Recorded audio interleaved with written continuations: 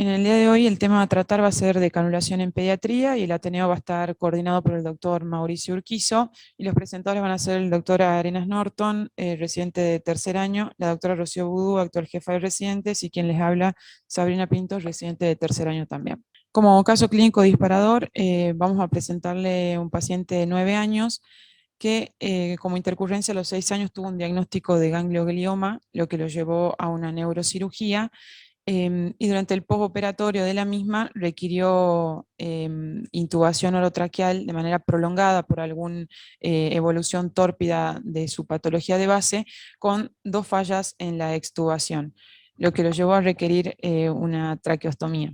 Posterior a esto, el paciente evolucionó sin problema y se recuperó de su patología de base y lo conocemos con una cánula de traqueostomía sin balón que había empezado a ocluirla de manera espontánea en su casa y posteriormente le habían indicado ocluirla de manera completa y él lo tolera sin problema, tanto en reposo como en el ejercicio.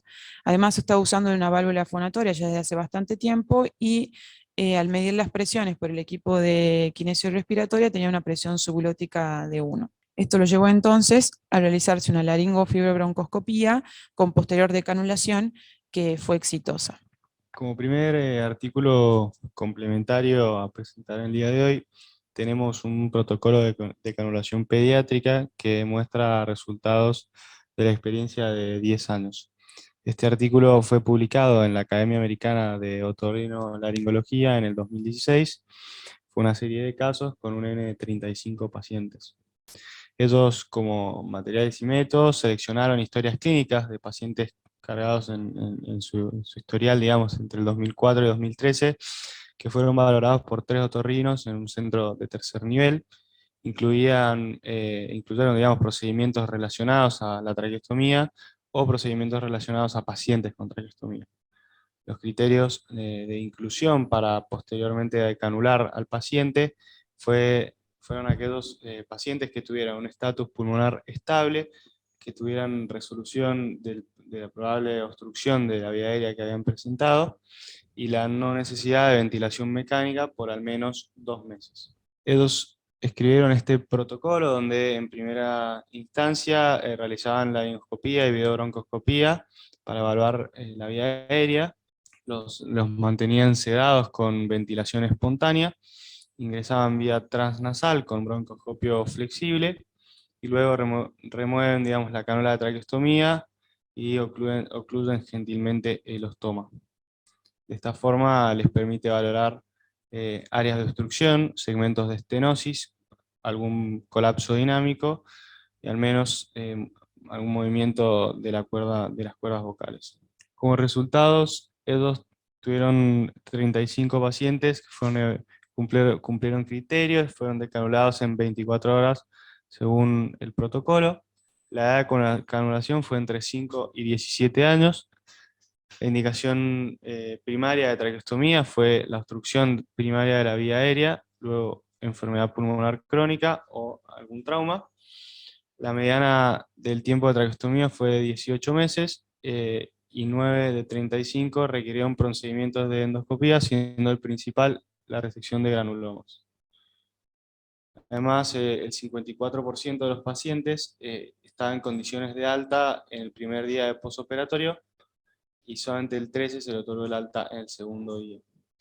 Este estudio no muestra un fracaso en la decanulación inmediata. Luego, como discusión, ellos plantean, digamos, la falla en la decanulación, que varía entre un 6,5 y un 21% en la literatura. Muchos protocolos están descritos digamos, de distintas maneras, pero siempre la endoscopía es un componente común entre todos ellos. El uso de aumento y descenso del número de cánulas fue algo que plantean como discusión, siendo algunos que están a favor en el contexto de la adaptación, digamos, paulatina del paciente, y otros en contra, debido a que plantean que la disminución del número de cánulas puede ser un potencial riesgo, debido a que si se tapa puede ser fatal. Y luego también el tiempo de estadía hospitalaria para valorar la correcta adaptación a la decanulación. Como conclusión, en este estudio ellos describen las observaciones preliminares de este protocolo que ellos generaron en un pequeño grupo de pacientes, siendo que no produjo fallas agudas y ofrece un enfoque conservador para la utilización de recursos, por lo que hace único, digamos, en comparación con otros estudios publicados. Bueno, el segundo artículo complementario se publicó en el International Journal of Pediatrics de Otorrinolaringología en el año 2020 y está en relación a la decanulación en pediatría, cuándo sería seguro hacerlo fuera de una unidad de cuidados intensivos, y es una revisión retrospectiva de un único centro de un total de 10 años. Como manera introductoria, lo que ellos plantean es que realizar una traqueostomía en los niños tiene obviamente un factor de riesgo a largo plazo y a corto plazo muy importante, por lo que el cirujano a cargo de la traqueostomía debería plantearse desde un primer momento buscar optimizar un protocolo para una decanulación rápida y también tener un plan de contingencia como segundo camino en caso de no poder realizar la decanulación de manera exitosa. ¿Para qué buscamos la decanulación rápida? Para evitar complicaciones y favorecer el desarrollo del habla y el lenguaje, que son algunas de las cosas que se ven alteradas con mayor facilidad. Para esto hay varios protocolos. Ellos mencionan que han revisado muchos estudios y que la mayoría coinciden en estos que están mencionados en el recuadro. Realizaron la laringofibroncoscopía, cambiar algunas características de la cánula, sacar la cánula con balón, disminuir el tamaño de la cánula o ocluirla, tentar al paciente a usar la válvula de fonación, tener una videodeglución luego de un periodo de utilización de la cánula ocluida, y también realizar la decanulación con observación en cuidados intensivos posteriores a la misma. Entonces, de esto deriva el protocolo que ellos usaron en estos 10 años de revisión previa. Este fue el camino que usaron en todos los pacientes decanulados en ese periodo, en donde primero realizaban una laringofibroncoscopía, evaluando la anatomía traqueal, buscando a ver si había algo que nos indique que la decanulación podría llegar a fallar.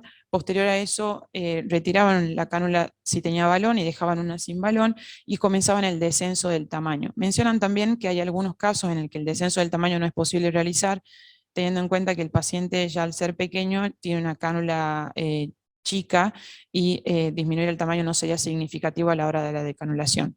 Como les mencioné anteriormente, también usaban la válvula fonatoria y ocluían la cánula.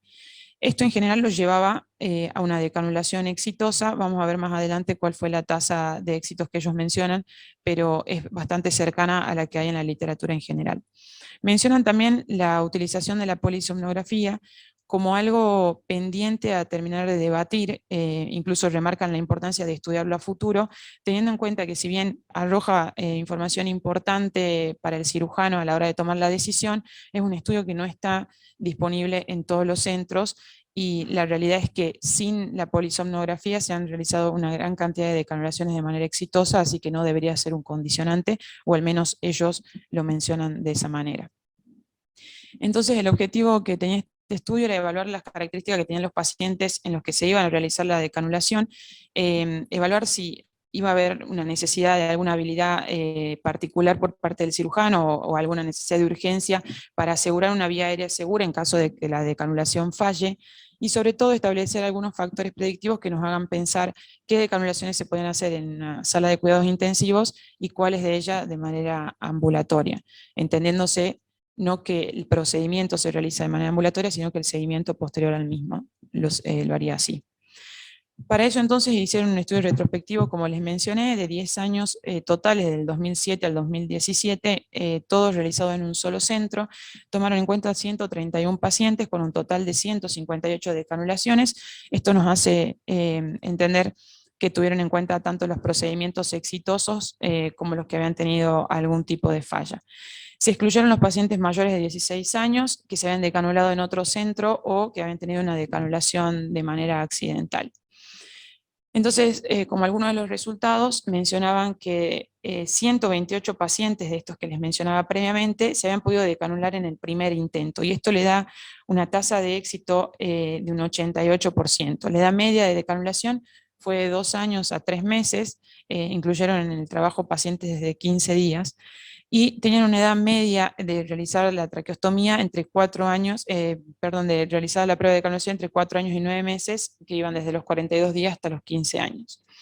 Lo que valoran con esto principalmente es qué tasa de fracaso o de éxito tenían en relación a la edad, y encontraron una fuerte asociación entre la prematurez y la falla en la decanulación, y también el éxito de la decanulación en relación a los niños que son más grandes y que tienen mayores probabilidades de manejar secreciones y tener un reflejo tusígeno más presente.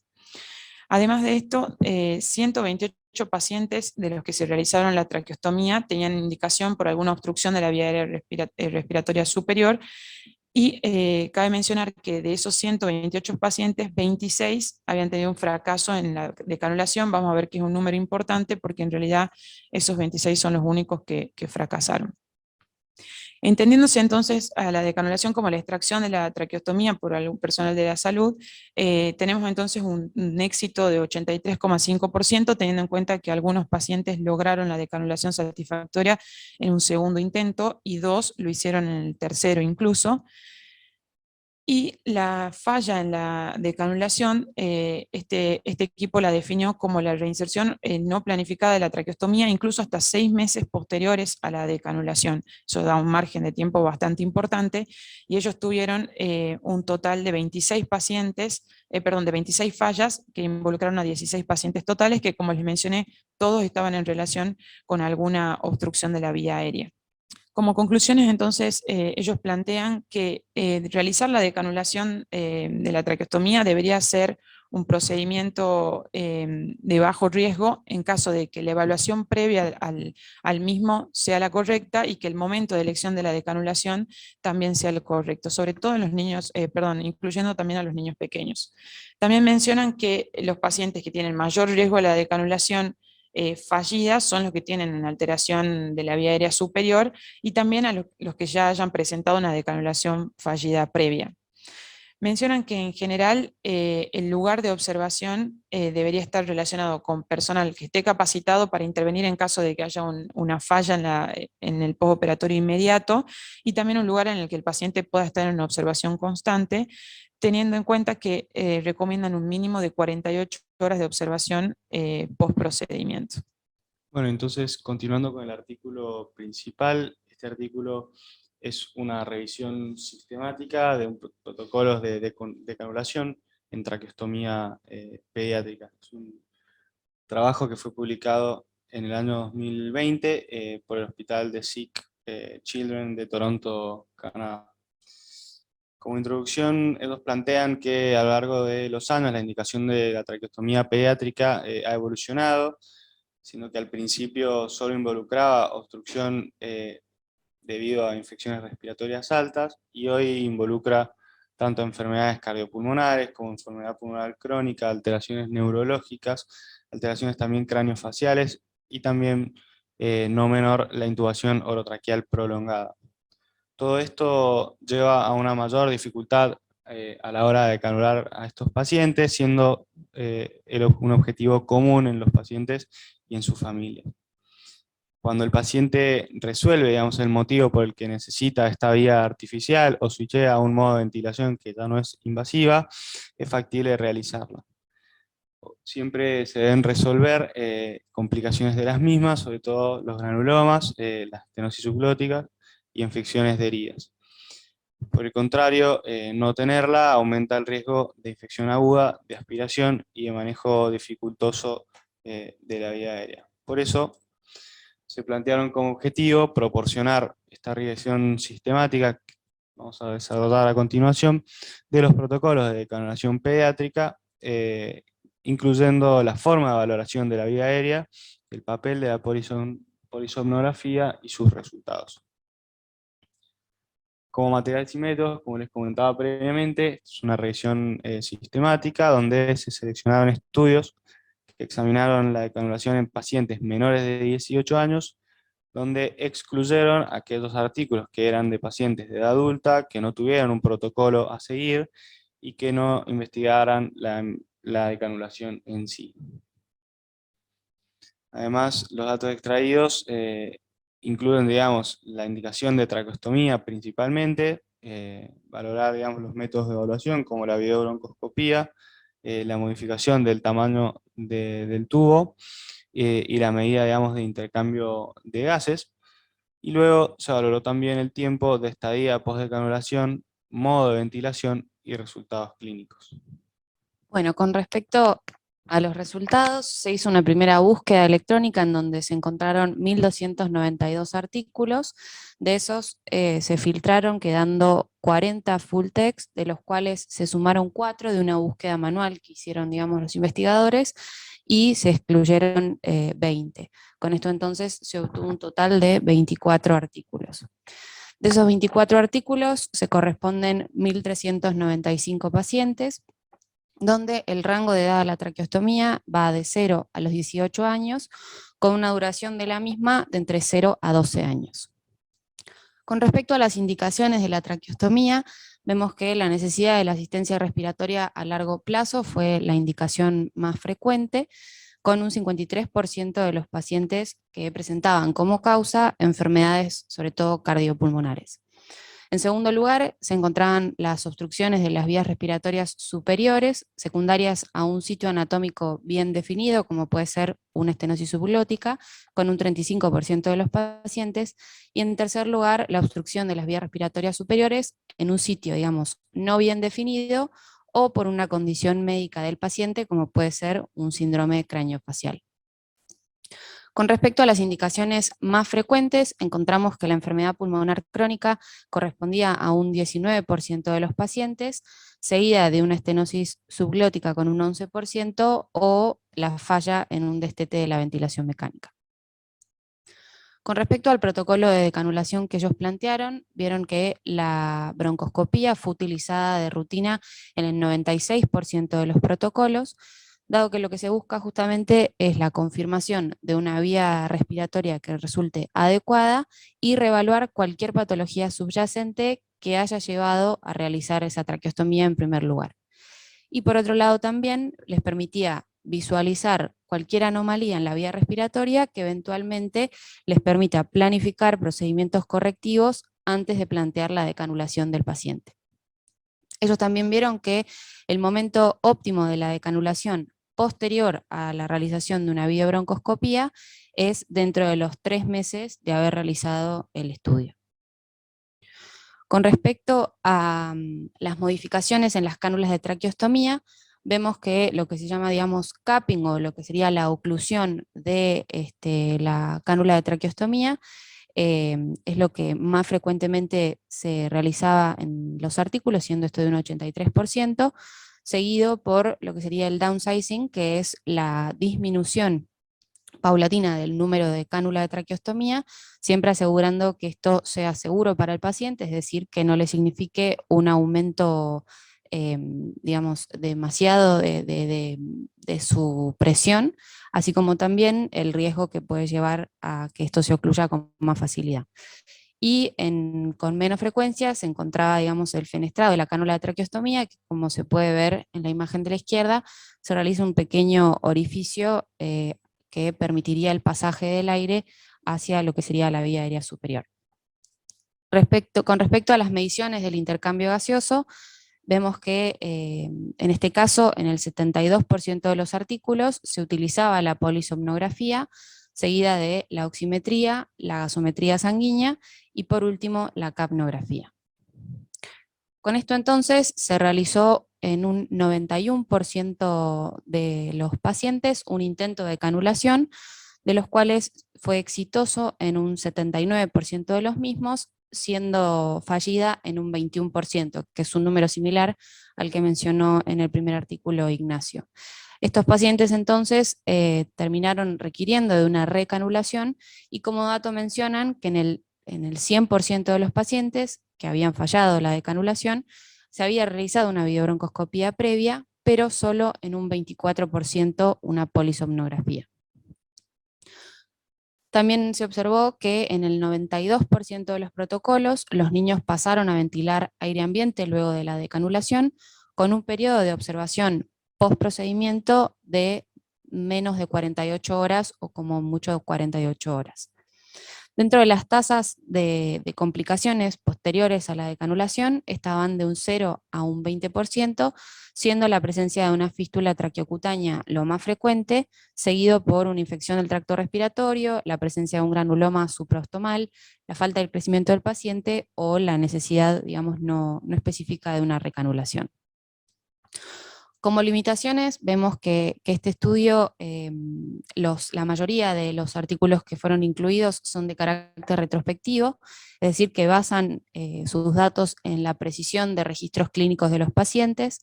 Después que la mayoría de los estudios tenían hallazgos informados solo de un centro pediátrico, esto puede significar, digamos, un sesgo de selección, dado que la muestra de esos centros pediátricos no necesariamente es representativa, digamos, del país o también hasta del mundo, que se relaciona con que la población incluida justamente no refleja la población pediátrica general que recibe una traqueostomía.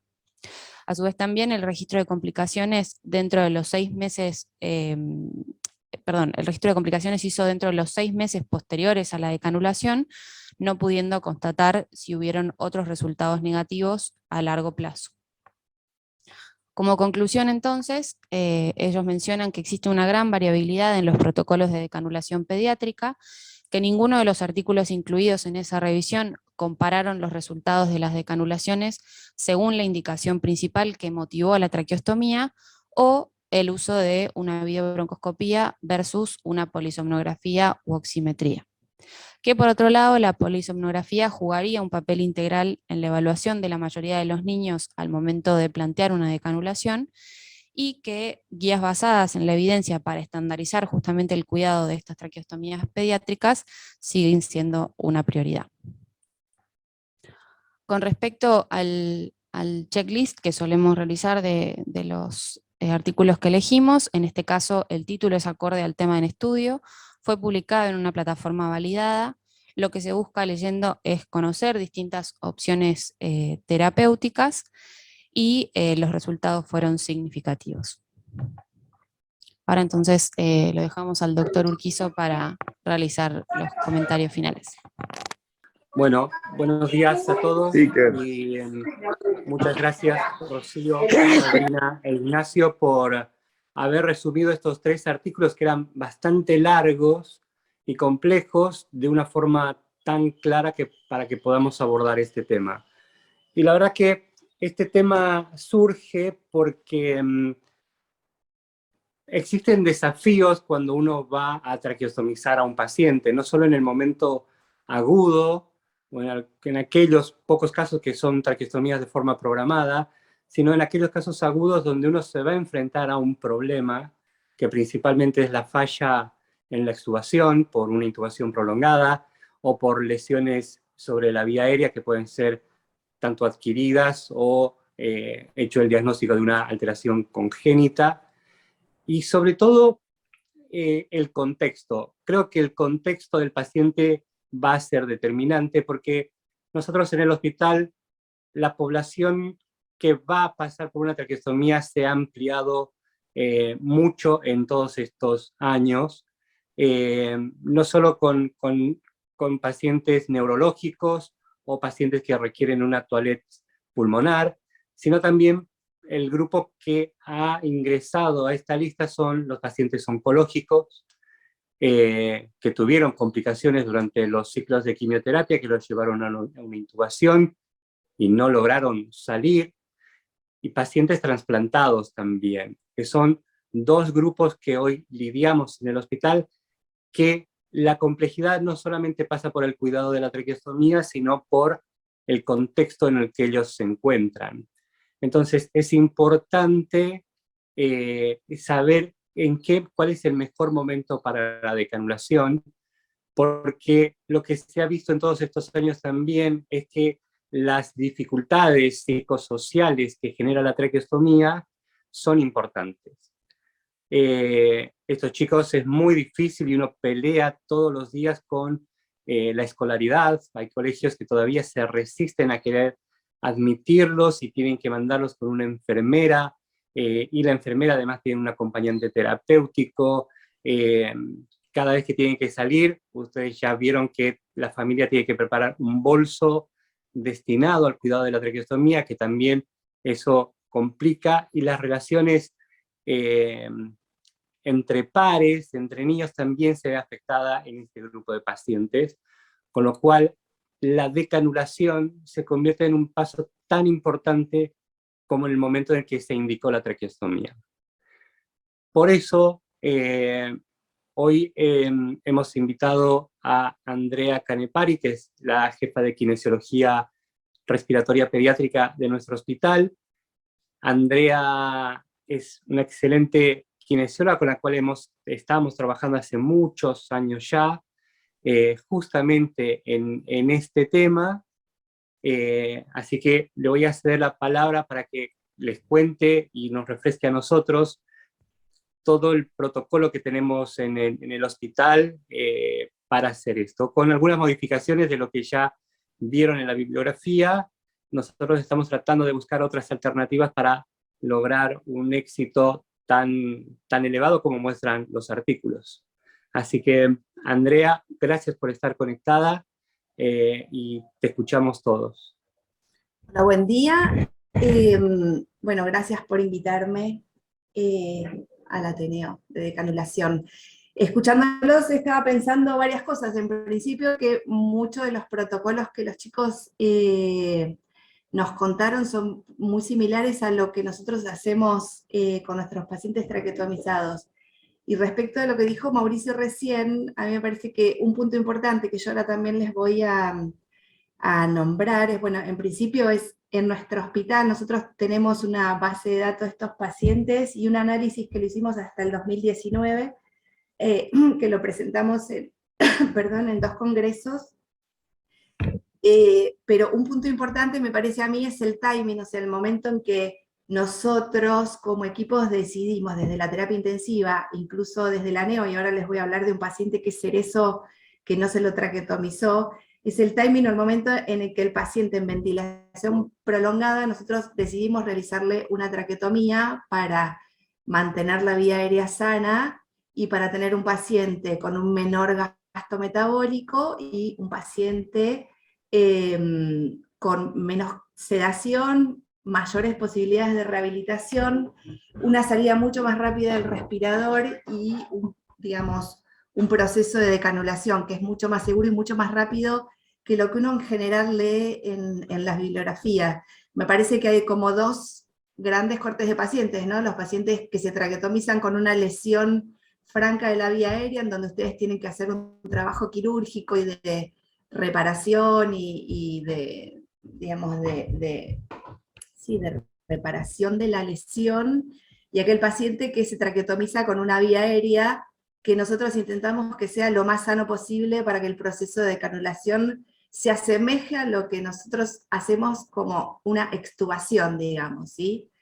Y en principio, si lo están viendo, esto es nuestro protocolo de decanulación que lo pensamos en el 2014, empezamos a pensarlo por supuesto, con ustedes, con el equipo de cirugía, en donde, bueno, tenemos 3 fases, una fase de screening, que es, digamos, una parte de registro de pacientes, ¿sí?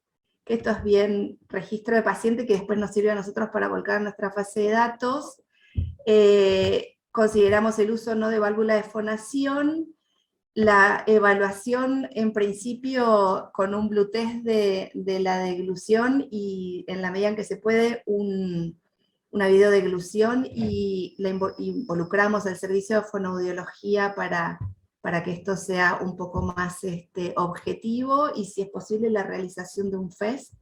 Eso es un poco lo que pensamos, no todos estos, digamos, no todo esto se puede realizar siempre con los pacientes, pues depende de la disposición.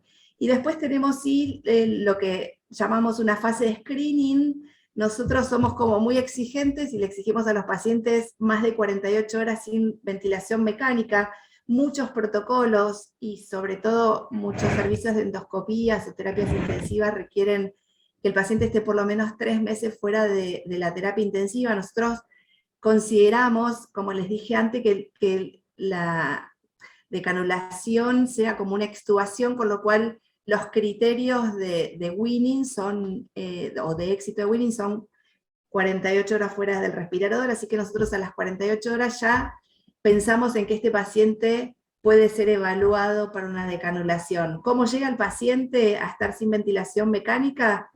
Con una traqueotomía precoz, que ahora les voy a mostrar a qué le llamamos nosotros traqueotomía precoz.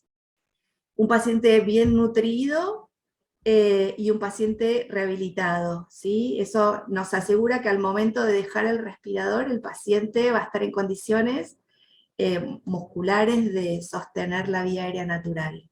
Por supuesto, la resolución de la patología de base, que eso lo dicen todo, pusimos un Glasgow de 8, porque un paciente con trastornos neurológicos y sobre todo mal manejo de secreciones, quizás no es un paciente que tenga criterios de decanulación.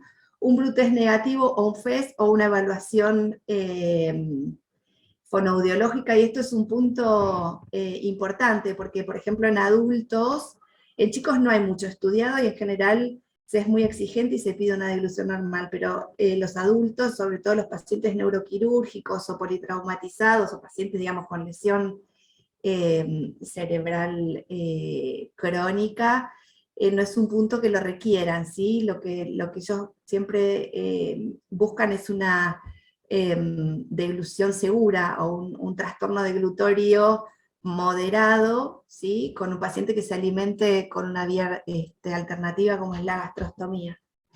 Tos espontánea, en un momento van a ver que nosotros medíamos pico flujo, pero también es muy controversial, incluso en la población adulta, porque para medir pico flujo no tiene que tener pérdida por la cánula, y el pico flujo por cánula no se puede tomar, así que lo que nosotros buscamos es una tos efectiva, que es una evaluación subjetiva, digamos, no tenemos cómo cuantificarlo. Y después lo que buscamos es un adecuado flujo pericánula, ¿sí? Que esto es un punto que no lo considera ningún protocolo. Nosotros lo que medimos es la presión subglótica con una válvula de fonación, o con un test de clapping, digamos. También nosotros usamos en los pacientes que tienen más de 2 años, que eso seguro los chicos lo han leído en alguno de los artículos, en menos de 2 años no está indicado porque no es seguro, pero sí hacemos en estos pacientes chiquitos un momento digamos, de oclusión completa de la vía aérea para tomarle las presiones. El objetivo que se tiene con la presión subglótica es medir la presión que hay entre el ostoma y la región subglótica o las cuerdas vocales para ver si hay alguna patología en ese lugar, ¿no? Como una estenosis subglótica, una apariencia de cuerdas vocales o algo que pueda generar un problema cuando la vía aérea ya no esté tutorizada. Entonces a eso es lo que nosotros llamamos un flujo adecuado, y es lo que también llamamos así informalmente una rehabilitación de la vía aérea superior o de la región subglótica. En principio tomábamos PIMAX y PEMAX porque casi todos los protocolos están orientados hacia pacientes neuromusculares, incluso los chicos refirieron de que algunos pacientes se decanulan a ventilación no invasiva, esto lo hacen mucho en la población adulta. No sé si ahora con los nuevos tratamientos de los pacientes con AME no vamos a en algún momento llegar a este mismo punto, pero son en general pacientes neuromusculares que tienen una vía aérea artificial para sostener la ventilación, y muchos de estos lo pueden sostener igual en ventilación no invasiva, pero eso, bueno, será un pendiente que tenemos en pediatría. Y después pasamos a 24 horas de válvula de fonación con una adecuada tolerancia. El punto de corte de presión subglótica con válvula de fonación son 4 centímetros de agua. Esto hay evidencia de que es el punto de corte. Un valor entre 4 y 10 nos está marcando algún grado de obstrucción de leve a moderada de la vía aérea. Muchos pacientes que tienen estos valores, todos los pacientes se hacen endoscopía antes de decanularse, ¿no? Pero bueno, se han encontrado que tienen algún grado de lesión que no es importante y se pueden, de obstrucción, no de lesión, y se pueden decanular igual. Aquellos que tienen más de 10 centímetros de agua son los que tienen, o que se puede evidenciar por endoscopía, patología de la vía aérea. Entonces a nosotros nos sirve como un screening temprano dentro de la sala de internación, sobre todo en el sector 7, para poder interconsultarlo con ustedes y que ustedes evalúen el requerimiento o no de endoscopía y la posibilidad o no de decanular al paciente, ¿no? Y una vez que el paciente tiene presiones subglóticas por debajo de 4 centímetros de agua, usamos en pacientes mayores de 2 años la oclusión de la vía aérea, o sea, un tapón, que si el paciente lo tolera bien, lo usamos durante 24 horas y es tiene más de 2 años. No hacemos polisomnografía, sí hacemos, que en realidad a mí me parece que la polisomnografía, lo que más sirve del estudio en general es la oximetría, digamos, ¿no? Si el paciente tiene clúster de desaturación, cuántas desaturaciones tiene, a qué valor de desaturación se llega, y eso es algo que nosotros lo hacemos cuando tenemos el paciente en protocolo, y también muchas veces lo consultamos con Carla, que es la neumonóloga que hace sueño, cuando encontramos que alguno de estos pacientes tiene algún tipo de dificultad. Otro punto importante es cuando la presión subglótica es de 0 o es menos de 0, eso también nos está hablando de que hay una patología, y en general es patologías en la vía aérea que comprometen el cierre de las cuerdas vocales, y son pacientes que tienen riesgo de tener aspiración silente, tener algún tipo de complicación aspirativa una vez que se les saque la cánula.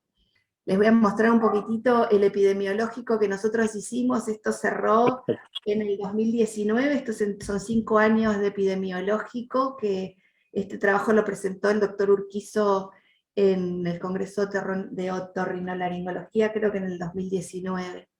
El diagnóstico de ingreso, digamos, de los pacientes traqueotomizados, tenemos un 12% de patologías respiratorias, un 33% de patologías cardiovasculares, que son casi completamente, no, pero son una gran parte de nuestra población, el 21% de pacientes neurológicos y un 24% pacientes de otras patologías que involucran estas que dice Mauricio, nuevas, ¿no? Los trasplantes, los pacientes oncológicos, ese tipo de pacientes.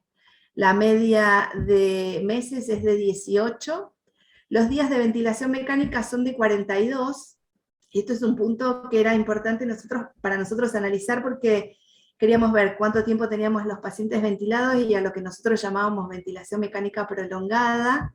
Los días de ventilación mecánica hasta la traqueotomía, que fueron de 13, en adulto el punto de corte de ventilación mecánica prolongada es de 14, y bueno, ahora en época de COVID ya no, pero ellos traqueotomizan al día 5, entre el día 5 y día 10 de ventilación mecánica, el paciente, a eso le llaman, digamos, canulación precoz. Nuestro punto de corte fue de 14. Nos parecía que a partir de poder tener un protocolo y de poder ver que los pacientes, una vez que se canulan, y sobre todo por un mensaje a los papás, pueden rápidamente canularse, nos ayudaba a decidir más tempranamente una traqueotomía y una evolución dentro de la ventilación mecánica del paciente, y sobre todo un weaning mucho más prolijo y con un paciente más nutrido, ¿no? Los días de ventilación de la ventilación mecánica, la verdad es que tenemos un promedio muy bajo, a menos que el paciente realmente lo requiera, porque, por ejemplo, tiene una insuficiencia cardíaca que requiere la presión positiva para tener una adecuada interacción cardiopulmonar. Pero los pacientes que solo eran por ventilación mecánica prolongada y tenían algún tipo de debilidad muscular, independientemente si tuvieran o no lesión de la vía aérea, en 5 días estaban fuera del respirador. Los días libres de ventilación mecánica hasta decanularse fueron de 36, y el 50% de los pacientes se utilizó protocolo de decanulación. El 60% de los pacientes traqueotomizados se pudo decanular. Dentro del 40% estaban todos los pacientes que, digamos, que requirieron ventilación mecánica prolongada, que se fueron a su casa con respirador, o aquellos que por una lesión en la vía aérea no pudieron decanularse. Tuvimos el 12% de recanulados, o sea que alrededor del 85% de éxito.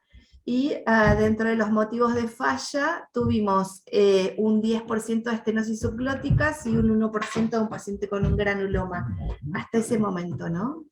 Los días de terapia intensiva fueron 56, los de internación 91, la mortalidad del 9%, y el alta de los pacientes con traqueotomía fue, o sea, de todos los pacientes, la mitad de los pacientes iban traqueotomizados a la casa, y el resto de los pacientes se decanulaba durante la misma internación en donde se le había hecho la cánula de traqueostomía, ¿sí? Y lo que hicimos también, que lo presentamos, es un comparativo de qué pasaba antes y después, perdón que quedó todo así, pero qué es lo que pasaba con los pacientes antes y después de digamos, de implementar el protocolo de decanulación, y lo que encontramos más importante, que nos había dado una P significativa, era los días en que los pacientes estaban canulados desde que salían del respirador hasta que se decanulaban. La mediana de uso de cánula de traqueotomía fue de 46 días en total de la cohorte de pacientes. Cuando analizamos los dos, encontramos una mediana de 94 días en los pacientes sin protocolos y una mediana de 33 días en los pacientes con protocolos. Así que bueno, la conclusión había sido con una P de 0,002, esto había sido como el gran hallazgo y lo que, digamos, lo que sacamos en conclusión un poco de ese trabajo. Así que, bueno, no sé, me parece que como cosas a discutir, voy a dejar de compartir. Tenemos varias, pero bueno, en principio que no estamos tan alejados de lo que, por lo que contaron los chicos, se hace más o menos en otros lugares y en otros hospitales respecto al protocolo, y me parece que un poco lo que nosotros tenemos y que no está publicado es, bueno, estos días de ventilación mecánica hasta la de cánula, hasta hacerse la traqueotomía, y los días de uso de traqueotomía. No sé, Mauricio, si vos querés decir algo más, si Sí. parece que discutamos algo específico. Sí, gracias Andrea por mostrar los números. Creo que el fuerte nuestro tiene que ver con el elevado porcentaje de decanulación en la misma internación. Porque quiero contarle al resto de los que están participando en el Ateneo, es que nuestro hospital es un hospital privado, y los pacientes que, por ejemplo, vamos a mandar a un centro de rehabilitación y que requiere respirador en ese centro de rehabilitación, eso va a tener un costo que lo va a pagar la obra social, que lo va a pagar el Estado, que alguien lo va a pagar, que oscila, que está cerca de los $35.000 por mes. Lo pongo en dólares porque creo que hay gente que está fuera del país, para que todos entiendan que el costo de mantener un paciente pediátrico en un centro de rehabilitación con respirador, eso incluye el alquiler del respirador, el uso de litros de oxígeno minuto, dispositivos descartables, cuidados de enfermería en ese centro y demás, tiene un costo, como les dije, cerca de los $35.000 por mes. Un paciente que vamos a mandar a la casa con traqueostomía, sin respirador, simplemente con traqueostomía, y que va a requerir las cánulas que va a usar en ese mes, más las de repuesto, gasas, sondas de aspiración, el aspirador eléctrico, manual, todos los insumos, estamos hablando de cerca de $7.000 por mes. Entonces, esa es la parte económica del cuidado de un paciente traqueostomizado. A eso habría que aumentarle si es un paciente crónico, trasplantado, oncológico, que va a requerir medicaciones por su patología de base. Por eso hablo del contexto del paciente siempre.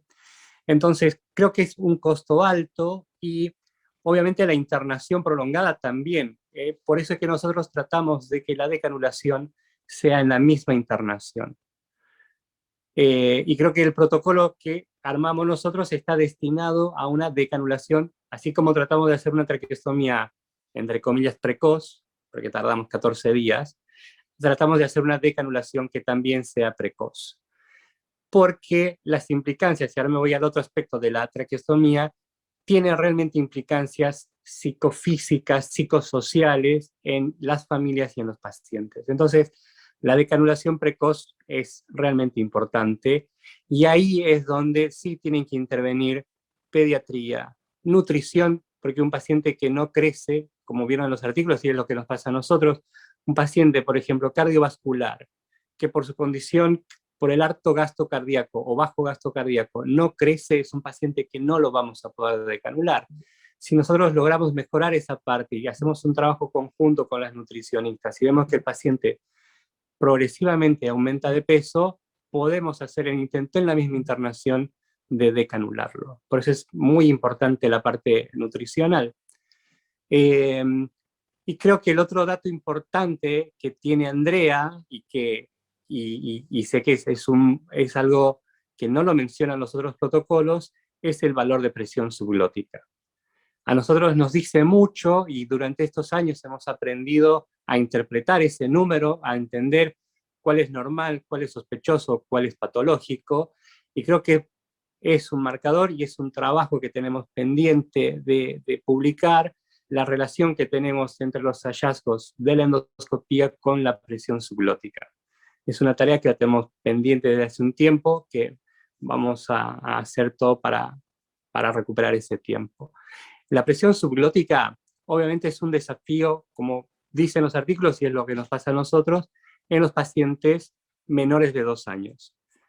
Porque la válvula fonatoria está contraindicada. Si uno ve el prospecto de la válvula fonatoria, dice no usar en menores de 2 años. Entonces, ese grupo de pacientes es un desafío adicional para ver qué medidas hacemos para corroborar si es correcta la decanulación, si va a ser exitosa la decanulación o no. Es por eso que la endoscopía sigue jugando un rol importante. Coincido en que quizás la polisomnografía, muchos centros no la tienen, pero sí es más importante la oximetría para detectar este tipo de alteraciones, que se van a asociar también al diagnóstico de base del paciente. De saturaciones frecuentes, salvas de taquipnea, van a decirnos que son pacientes que no están todavía en condiciones para ser decanulados. Algo que dice el artículo, para los que pudieron leer, es que en algunos casos se han usado válvulas fenestradas. La verdad que hay muchos reportes de problemas por usar válvulas fenestradas, porque para pediatría no están diseñadas de fábrica, sino que se las corta manualmente para poder fenestrarlas, con lo cual los bordes siempre quedan astillados, no son bordes romos, y eso lastima, genera sangrados y lesiones durante la colocación de la cánula. Con lo cual, la verdad que nosotros no recomendamos el uso de cánulas fenestradas. Por eso les digo que es un desafío quizás en el menor de 2 años y más aún en el menor de 6 meses, que los trabajos mostraban que es el grupo que más fallo de decanulación tiene. Los pacientes menores de 6 meses y que además fueron prematuros son los que van a tener una tasa de fracaso más alta, y que, como era de esperarse, se va a ir corrigiendo ese porcentaje a medida que el paciente va creciendo, porque la respiración va a modificarse y el aspecto nutricional probablemente logre mejorarse. Creo que, como dije al principio, el momento de decisión de la decanulación es tan importante como el momento de la decisión de hacer la traqueostomía. Es decir, que si nosotros vamos a hacer una traqueostomía temprana para poder desvincular del respirador al paciente más temprano, poder iniciar una terapia de rehabilitación más temprana, la decanulación tiene que seguir esa misma línea y es en lo que estamos trabajando. Porque otra cosa que es importante es cómo uno ve en la evolución de los años, cómo uno de los requisitos indispensables para la decanulación era que el paciente tenga una deglución normal. Y hoy, cuando uno ve la evolución de las indicaciones de los pacientes que son potencialmente decanulables, ya el concepto cambia. No dice deglución normal, dice con un control adecuado de secreciones. Es lo que hablaba Andrea, que en adultos ya la deglución normal no es un requisito, y ya vemos que en pediatría esta indicación tan puntual está bajando en el nivel de intensidad, y hoy lo que queremos es un adecuado control de secreciones, con una tos que sea efectiva, y aunque el chico tenga un trastorno deglutorio, mientras tenga una tos efectiva y un manejo regular de secreciones, puede llegar a ser candidato para decanularse. Doctor Lobos. Buen día, ¿cómo les va? ¿Cómo andan? Gracias, muy interesante, la verdad, toda la mirada, porque, digamos, a mí me toca compartir a veces pacientes, de los pacientes complejos que tenemos que por algún otro motivo tienen traqueostomía, y a veces uno no es consciente de todo lo que hay atrás, ¿no? De todo el trabajo que se hace todos los días para tratar de, primero, evitar la traqueostomía, después hacerla precozmente si corresponde, y después tratar de decanular a los pacientes rápido. A mí me parece que, primero, es sumamente importante transmitir esto y que todo el equipo que está alrededor lo conozca, porque uno de esta manera puede apoyarse realmente en los que manejan con mayor profesionalidad el tema. Pero a mí me da la impresión a veces, en los pacientes que me ha tocado convertir, que el momento de la decanulación sigue siendo en muchos casos un momento digamos, de incertidumbre importante, tanto para la familia como a veces también para el equipo médico. Que uno realmente llega al momento de evaluar, hacer la endoscopía y evaluar la decanulación con un margen de incertidumbre que, bueno, como si fuera de 50 y 50 o de casi azar. Es verdad que estas son las decanulaciones que por ahí yo veo, que son los pacientes que por ahí me ha tocado compartir y que son los que llegan al quirófano o a hacer una endoscopía y demás, y el mayor volumen de pacientes será una situación mucho más clara y que quizás ni siquiera necesitan ir a hacer una endoscopía bajo anestesia. Pero digo, ¿cuál es la razón por la que esto pasa? Todavía sigue habiendo un margen de incertidumbre y a pesar de todas estas parámetros que podemos tomar predictores, en algunos casos o en muchos casos sigue siendo incierto el resultado del intento de decanulación que vamos a hacer, o hay también mucho de ansiedad de los padres o de digamos, expectativa desmedida, que quizás uno debería trabajar de otra manera, con una preparación psicológica mejor de las familias, o un acompañamiento en realidad mejor, que uno pueda permitir prepararlos mejor para saber que la expectativa no tiene que ser tan alta o lo que fuera, porque siempre es como un problema, ¿no? Vos sabés, Mauricio, algunos pacientes a los que me refiero. ¿Qué les parece a ustedes que esto? ¿Sigue habiendo un margen de incertidumbre importante en un grupo de pacientes? ¿O es que yo percibo esto porque es lo que me transmite la familia desde el lado de la ansiedad y la búsqueda de que esto se termine rápido, ¿no? Andrés, ¿quieres hacer un comentario? Un comentario pequeño. Hola, Pablo. Bueno, a mí me parece que justo los pacientes tuyos son los pacientes con atresia de esófago, son pacientes con lesiones estructurales de la vía aérea. Me parece que ahí también hay como una separación en los pacientes, ¿no? Es el paciente que requiere intervenciones quirúrgicas permanentes, no solo en la vía aérea, sino intubaciones recurrentes para reparar otras lesiones que no están directamente relacionadas con la vía aérea, y muchas de estas patologías tienen asociaciones de lesiones estructurales de la vía aérea, y creo que es el paciente más complejo, donde los padres tienen muchas ansiedades, no solamente con respecto a la traqueotomía, sino que si el paciente va a poder tragar. Son chicos que tienen alteraciones sensoriales importantísimas al momento de rehabilitar la deglución, y muchas veces el paciente, aunque tenga una presión subglótica adecuada y tenga una vía aérea en condiciones de tenerla en forma natural, tiene muchos trastornos en este otro aspecto. Entonces me parece que sí, que justo esa corte de pacientes es un paciente complejo, con una familia muy compleja, y donde muchas veces quizás lo que hay que tratar con esos pacientes es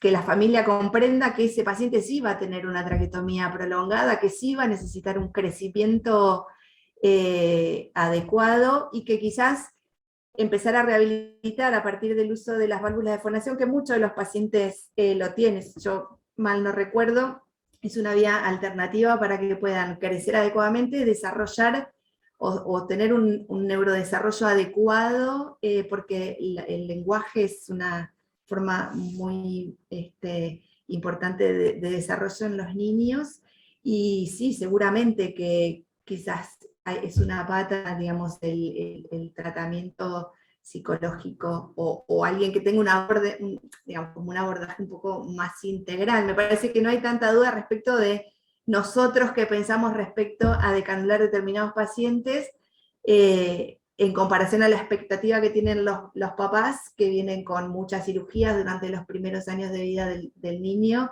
y como me parece que la decanulación es la frutilla de la torta, ¿no? Entonces, me parece que sí, que por ahí es importante ese trabajo que vos mencionás. No sé, Mauricio, ¿qué te parece? Sí, creo que es justamente el contexto. Ese grupo de pacientes de atresia de esófago que tenemos en el hospital es un desafío para todos. Para que todos sepan más o menos, los pacientes con atresia de esófago que recibimos en el hospital, lamentablemente porque no son atresias quizás aisladas, sino son un grupo de malformaciones asociadas a la atresia de esófago, que eso incluye la vía aérea. El 60% de los pacientes con atresia de esófago que tenemos en el hospital está traqueostomizado. Entonces es un problema para la familia, y es un desafío para lo que decía Pablo, porque hay pacientes que vinieron por la atresia de esófago, de repente se encuentran con varios diagnósticos nuevos. Y uno de ellos, que es el más complejo, es el de la traqueomalacia.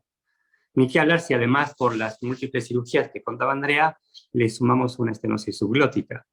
Entonces, de repente tenemos un paciente con una traqueomalacia compleja, una estenosis subglótica y una atresia de esófago que requiere de un reemplazo, y que además tiene el cuello corto, riñones en herradura, malformaciones vertebrales. Entonces, es un contexto donde la expectativa familiar, que vinieron por un problema puntual, de repente se ve desbordada porque empiezan a surgir otros diagnósticos.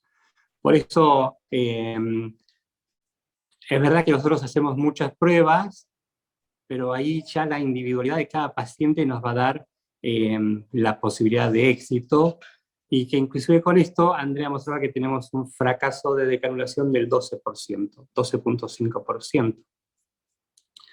Y creo que está después el otro lado, familias con pacientes neurológicos graves, como algunos que traqueostomizamos recientemente, donde la expectativa de la familia es, bueno, ¿y cuándo la decanulamos?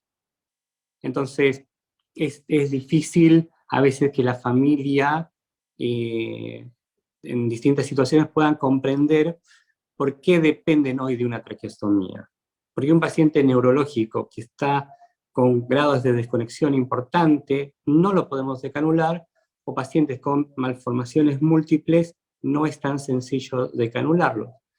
Ni que hablar de la parálisis bilateral de cuerdas vocales, que es un desafío adicional, porque son pacientes que pueden fonar, pero el diagnóstico muchas veces va a llevar a tener más de una endoscopía para poder hacer el diagnóstico correcto de una parálisis bilateral. Entonces creo que la ansiedad va de acuerdo al contexto y al grupo de pacientes que tratamos en el hospital, que a veces puede ser comparable con otro centro, pero creo que atresia de esófago es muy difícil compararlo, porque tener el 60% traqueostomizado es un problema. Andrea. Mauricio, perdón que te interrumpo un minuto. Nosotros tenemos otro programa, nosotros trabajamos mucho con las familias, tenemos otro programa de educación a la familia de pacientes traqueotomizados. Durante los 2 años de pandemia estuvimos diseñando un librito que les damos a los papás, donde les explicamos qué es la traqueotomía, cómo es el manejo, cómo hacer la higiene, cuáles son los signos que ellos tienen que tener en cuenta para el manejo, para signos de obstrucción. O sea, les damos un pequeño taller que lo da Lucrecia a todos los papás antes de irse al hospital respecto al manejo de traqueotomía. Estamos muy encima de los cambios, o sea, tratamos de hacer un trabajo con la familia. Desde la terapia intensiva se les da un curso de RCP específicamente a los pacientes traqueotomizados, para disminuir, porque a mí me parece que la incertidumbre es lo que más ansiedad le da a los papás, y para bajar un poco la incertidumbre respecto del manejo, incluso en ese momento les explicamos eventualmente, digamos, cuáles serían los pasos, o sea, porque muchos papás lo preguntan, ¿no? Bueno, ¿y la cánula cuándo se la sacamos? Es los pasos que se requieren para que su hijo pueda ser decanulado y la posibilidad de que eso no suceda nunca, digamos. Eso es un trabajo que venimos haciendo ya desde hace un tiempo con todos los papás de los chicos traqueotomizados. Un poco para esto que vos decís, Pablo, para bajar un poquito la ansiedad de la familia, y me parece que cuanto más información tengan, y esa información no la busquen en internet por ahí, que se puedan confundir, y sino que se la podamos dar nosotros desde un lugar cuidado y pensado de qué es lo que tienen que saber, les mejora a ellos su relación con la traqueostomía, ¿no?